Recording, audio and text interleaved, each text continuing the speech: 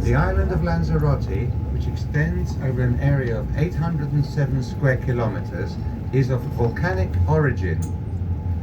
This island rose from the ocean some 25 million years ago as a result of the accumulation of material from repeated eruptions. The area of Timanfaya National Park we are now visiting, within the confines of the Faya Mountains, is located in the southeast of the island and comprises but a small part of the 172 square kilometers covered by volcanic debris during the eruptions of the 18th and 19th centuries. Between 1726 and 1730, frequent earthquakes and loud underground rumblings caused panic among the population of the interior, who fled, seeking refuge in Teguise and Arrecife.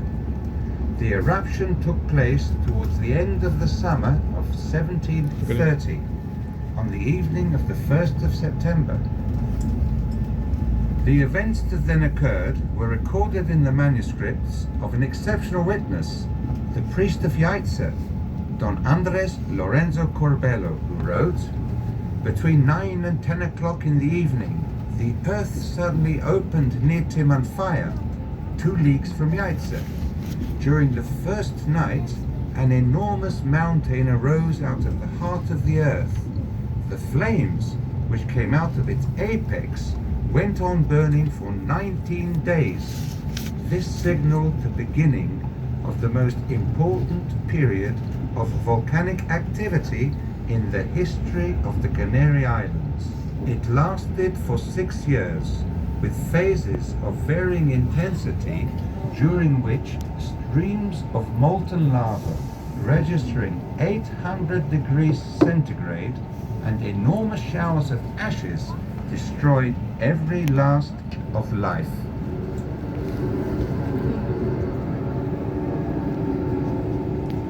Wide rivers of molten lava flowed through fractures which opened at the base of many of the volcanoes which originated during the eruptions. The Virgin's Mantle is the most emblematic hornito, or small oven, in the Faya Mountains. These structures form when the accumulation of gases in the tunnel interiors through which the lava flows is such that they fracture the roof, causing the emission of incandescent materials and gases under great pressure.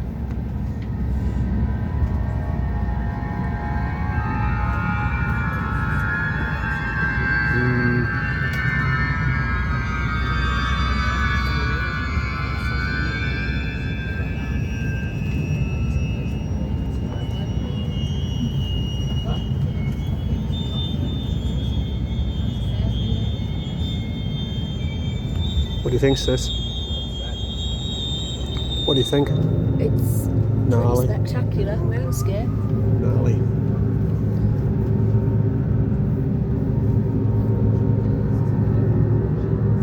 You can just see like how the molten rock's dried, and you can still see the molten effect of it. Yeah. And you see sometimes some of the places where it's created like little bridges. Yeah.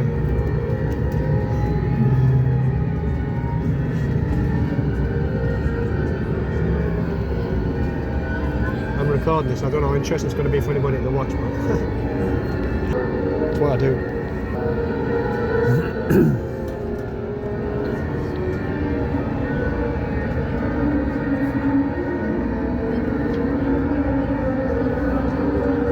Don't like the music. It's to create an air of, you know, of, I don't know, fear.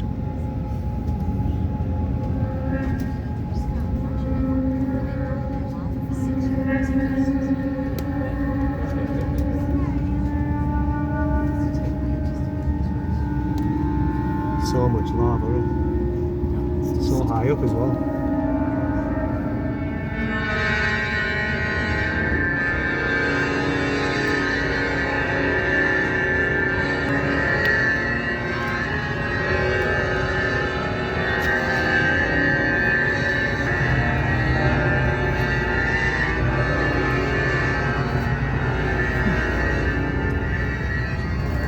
Wow. Wow. The Timanfaya eruptions belong to the fissure category, which means an enormous fissure several kilometers long opens up, allowing vast amounts of lava to emerge in the form of molten streams.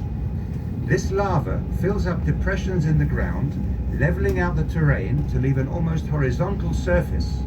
Cones form from the accumulation of volcanic material around emission areas.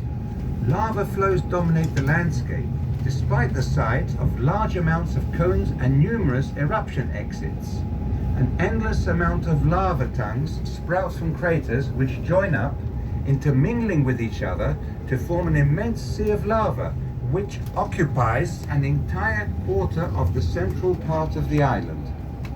The lava flows stretch all the way from the volcanoes to the distant coastline, reaching up to 20 kilometers in length at certain points. Upon entering the sea, they caused gigantic columns of vapor to rise, the lava mass forcing the waters to recede, thus considerably increasing the surface area of Lanzarote.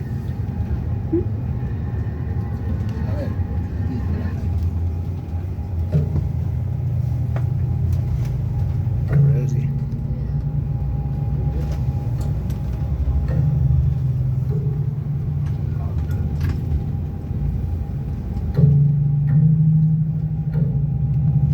This is all covered in the little granules, isn't it? Yeah, it's all the ash, isn't it? Yeah.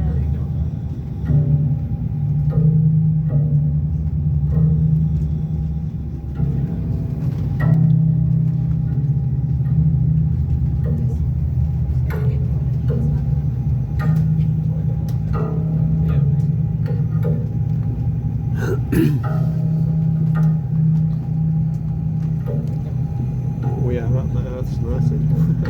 Literally.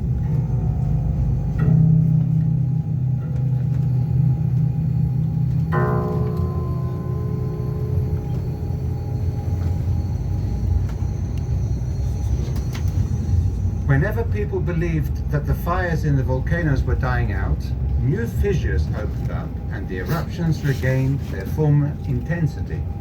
This was recorded by the priest of Yaitse as follows. On the 18th of October 1730, 3 new openings formed on top of Santa Catalina and from other outlets, from which thick smoke emerges and spreads over the entire island. At the same time, huge quantities of lava and ash are being scattered over the surrounding countryside. The explosions that followed this phenomenon, together with the intense darkness produced by masses of ashes and smoke covering the whole island, caused the inhabitants of Yaitse to take flight several times. The lava streams and showers of volcanic grains totally destroyed around 30 hamlets, besides causing serious damage to another 20 small villages. Large areas under cultivation were also destroyed, together with crops, barns, water catchments, pasture lands and livestock.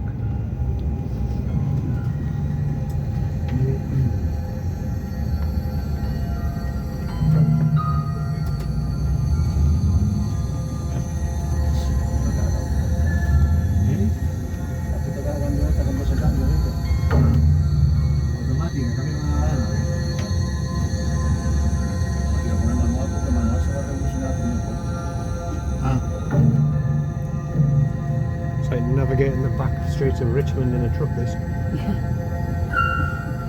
Or more like the hills outside Richmond, should I say.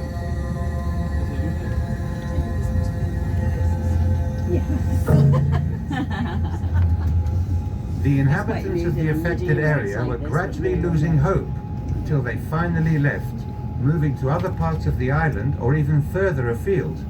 It is estimated that almost Look at this half big of the crack down population here. of Lanzarote had emigrated only 5 months after the eruptions began. At one stage it was even suggested that the entire island be evacuated.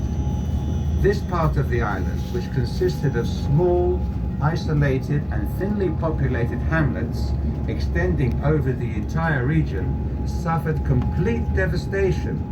Their names were Tingafa, Mancha Blanca, Santa Catalina, Peña Palomas, Maretas, San Juan, Jaretas, Timanfaya, Testina, Rodeo and Mazo.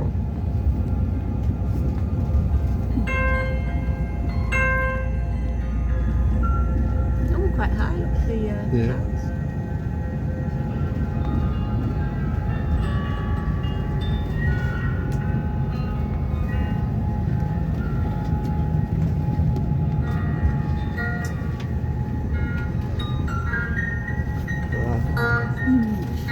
Those like big bombs, isn't it? on that? Molten Big boulders. massive boulders. Oh.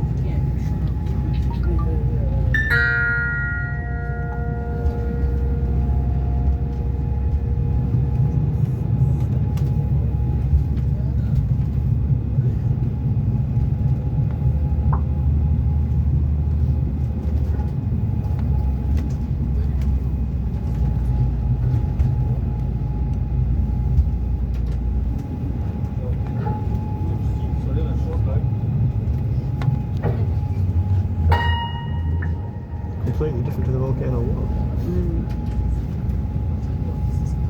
Look at that. There. God.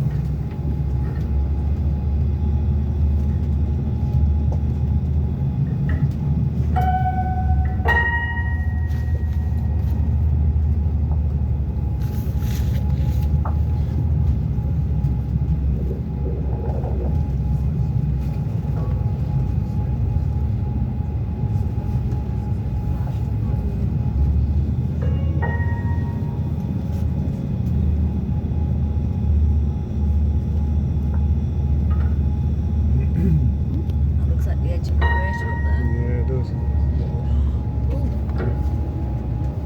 There's one down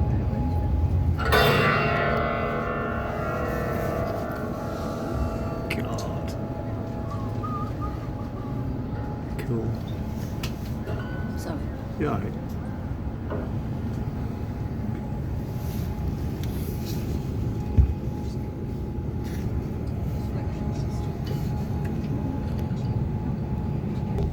Various species of lichens, besides some unusual nocturnal insects that feed on microscopic particles carried by the wind.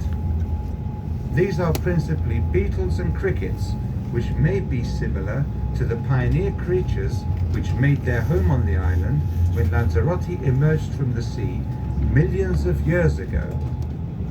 The largest known form of animal life is the gira vulture, which feeds on carrion and nests in the craters of the volcanoes of the Fire Mountains. The smallest is a tiny cave-dwelling insect measuring less than 1 millimeter in length.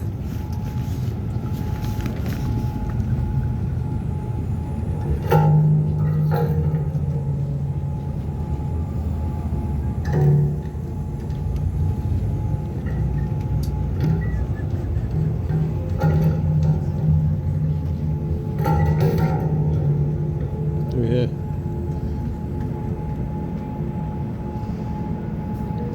Cool.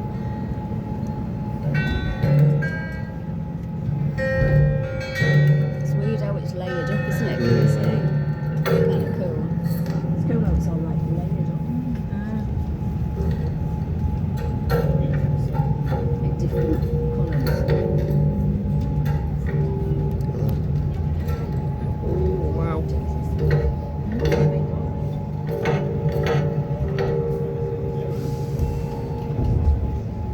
Very fluid lava flows poured from the cones of the volcanoes, which spread out till reaching the coast.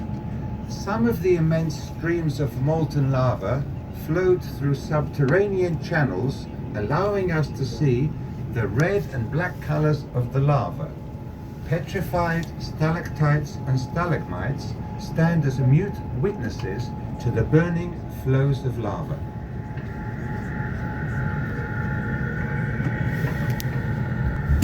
Kind of awesome. Won't want to be here at the time though. Look at this bit sticking out down here. And look at the stuff underneath it. Mind your head.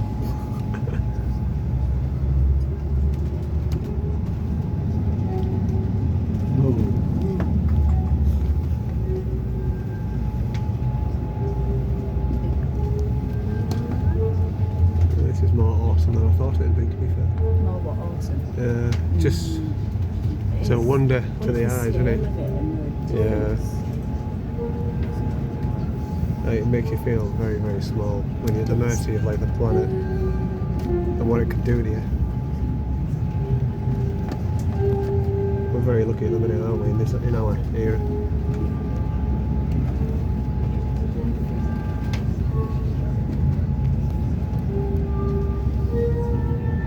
Well, this is a 15-minute video. I don't know if it's ever going to get recorded.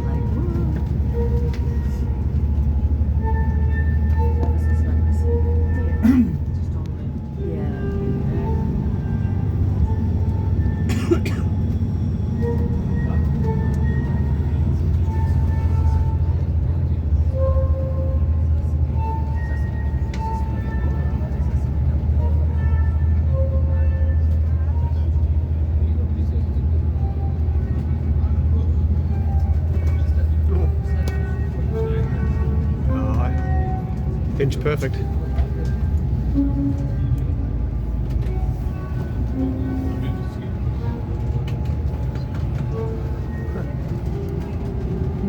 Hats off to the driver. It's a big cruise. Yeah. Oh, we're doing a loop-de-loop, look.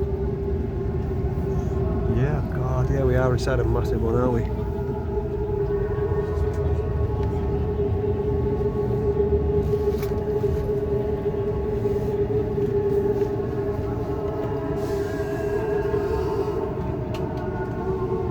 The landscape of Timanfaya gives the impression of a desert where aridity and temperature fluctuations of 20 degrees between day and night would make it almost impossible for animal life to exist. All one sees are small succulent plants or thorn bushes in the Valley of Tranquility landscape, where time seems to have stood still under the pressure of the intense heat. Volcanic grains are the most predominant of all materials emitted, whose texture contrasts with that of the magma seen in the sea of lava. Only a minimum of plant life takes root in these areas, where even lichens are very rare.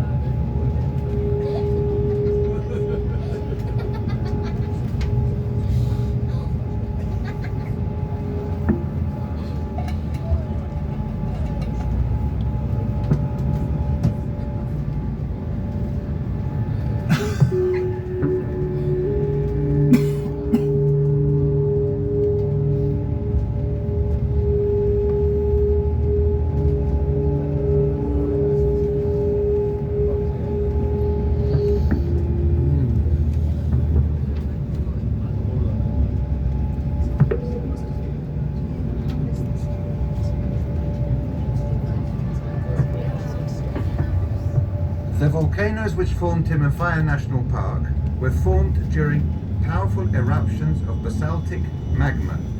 In some ways, they resemble those of Hawaii. This category of volcano emits huge amounts of lava whilst projecting moderate amounts of grains several hundred meters into the air. These grains are carried by the wind and deposited around the areas of their emission. Located at the base of the Macizo del Fuego is a laboratory which registers volcanic movement in Timanfaya. Seismic activity is monitored round the clock in this observatory, as well as deformation of the surface and thermal and gas emissions. During the ascent of Macizo del Fuego, we can clearly see the fissural characteristics of the eruption, as all central emission points are aligned along one single fault.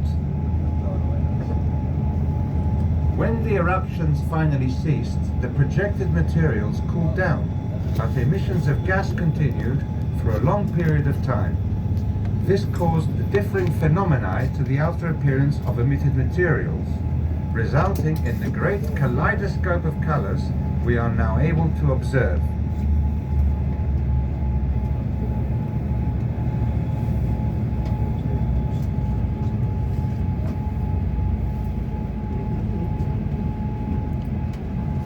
You get the scale of it, don't you? Yeah, definitely.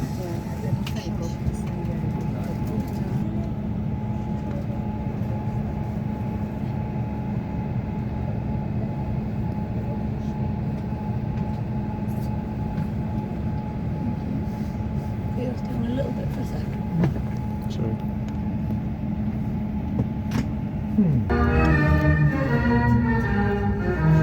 Can you imagine what it must have been like at the time?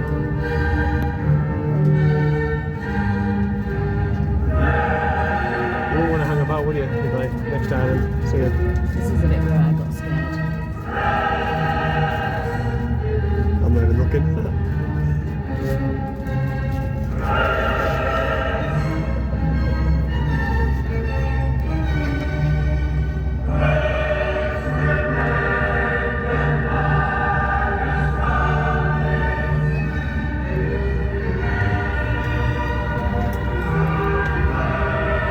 These ones all look Funny like place. live. Funny that is. With a crack. See the crack? Yeah, That goes along.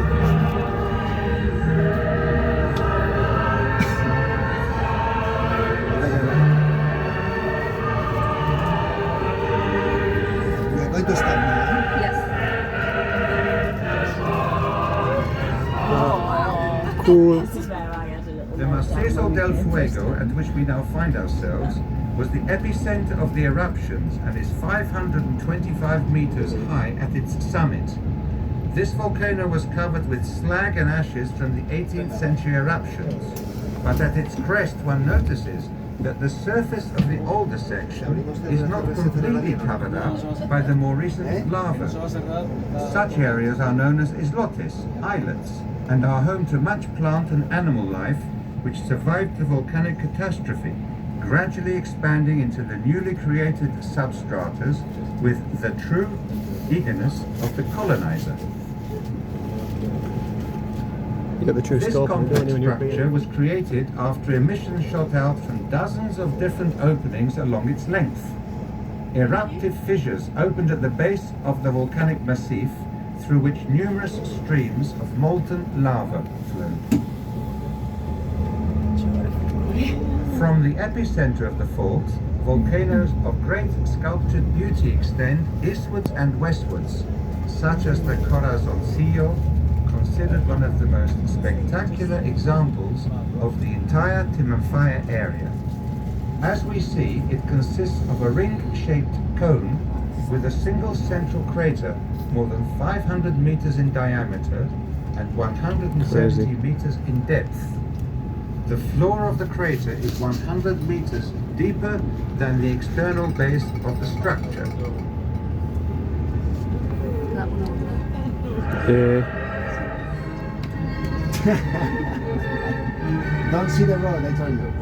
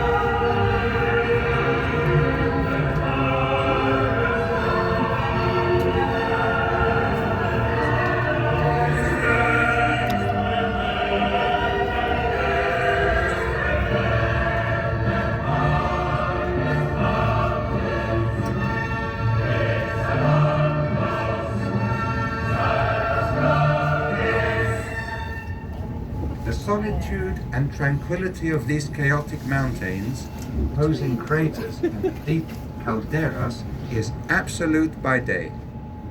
No sign of life, except for lichens blanketing the rocks, whose coloring enhances the black lava.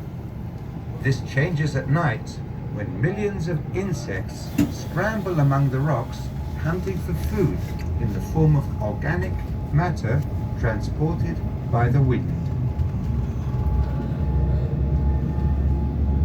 As there is no earth, there is practically no plant life, except in a few isolated spots where yellow dust has accumulated as a result of dust storms in the distant Sahara.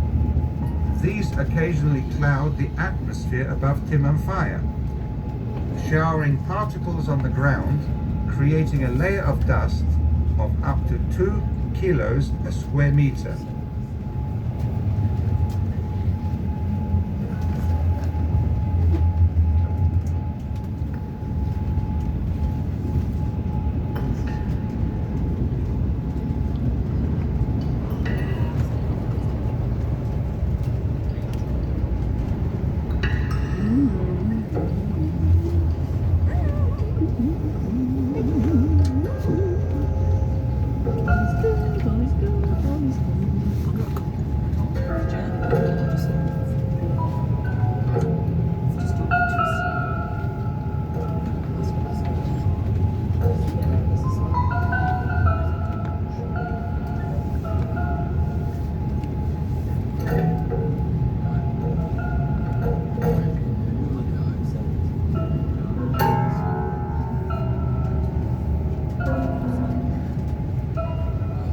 The last eruptions on Lanzarote took place in 1824, following a preparatory period of 10 years, during which numerous earthquakes of medium intensity took place. This eruption commenced close to Hilario's Isle, Volcán Nuevo del Fuego or Chinero, and spread along an eruption fissure parallel to that of Timanfaya, its lava streaming out above the layers of those of the 18th century. The principal characteristic of this eruption was the immense fluidity of its lavas, and in particular the jets of boiling hot salty water which were projected from the craters for several days in the form of enormous geysers reaching heights of 30 meters. Several cavities known as Devil's Chasms remain in one of the craters, through which scientists have descended to a depth of several hundred meters, at which point the opening becomes too narrow and the heat too intense to continue any further.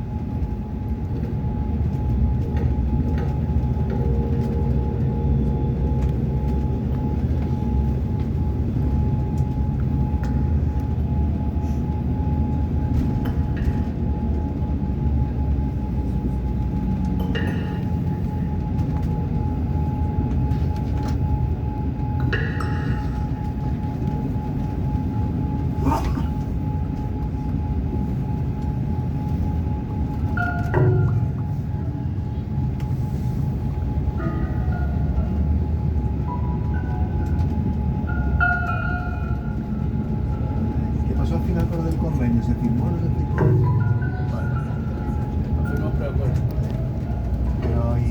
Pero para mejor, para peor, para qué? ¿En serio? ¿Por qué? ¿Y por qué se firmó eso? Yo se firmó. I'm alright. ¿En serio? I'm always like, I've always got niggly aches and something from running all the ¿Por time, qué no se so puede conseguir mejor? ¿Eso qué es lo que pasa? Primero porque los sindicatos son como son, ¿Y por qué lo tienen que decidir en Las Palmas? porque tampoco la gente tampoco apoya los comentarios, tampoco forman asamblea y tal, pero At the end of our excursion, we arrived at the islote of Hilario, from which emanations of enormous heat emerge. han vendido los trabajadores. It is named for a hermit called Hilario, who frequented this islet for 50 years with only a camel to keep him company.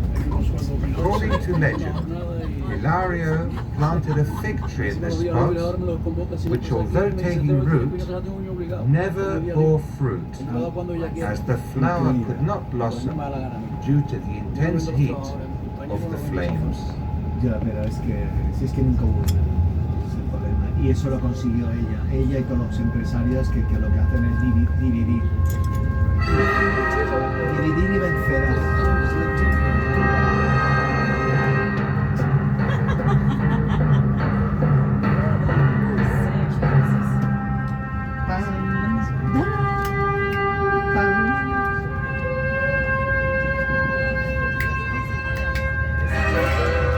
What's it from?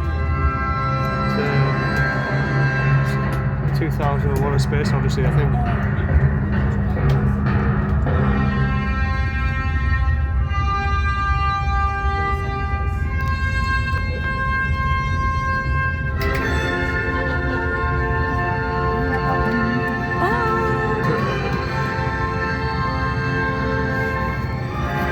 That is to get the kids to come in.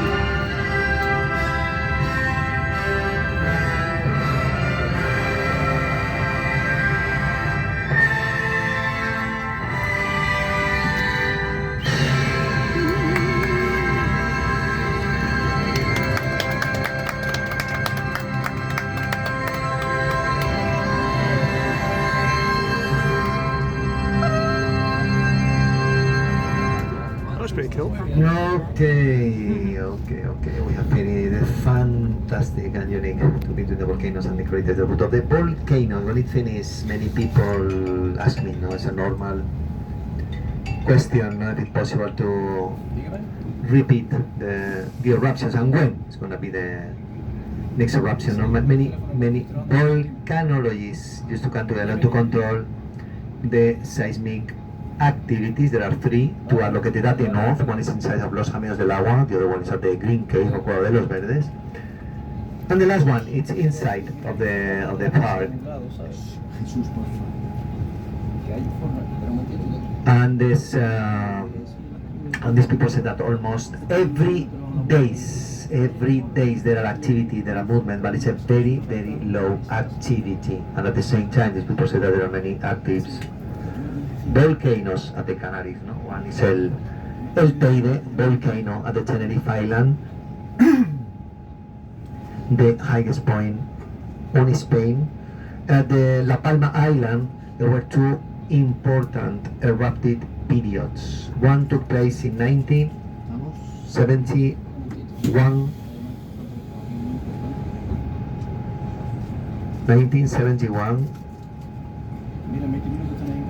Teneguía volcano during 26 days, and the other one took place in 2021, 19th of September. Was a mini volcano, 120 meters high only, the Cumbre Vieja.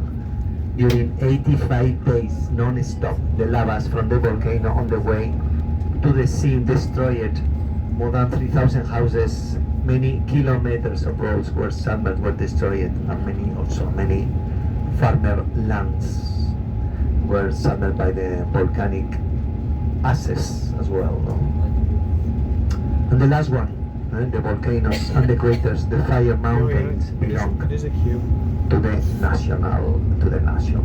Well, now we are going to start this in 2 minutes. We'll stop at the dromedary place. Yes, it's going to be a photo stop, 5 minutes. If you want to take a picture with the kids, and then we'll continue to La Lama Coast. 5-minute video. Paramos un segundito, porfa, Jesús, en No, los trying to shoot them, I'm camellos, gonna con los show it to anyone. chiquillos, y continuamos Wait, YouTube al it. golfo.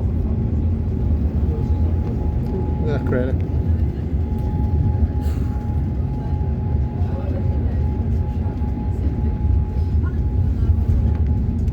I'm going to stop this now, so with bicycles.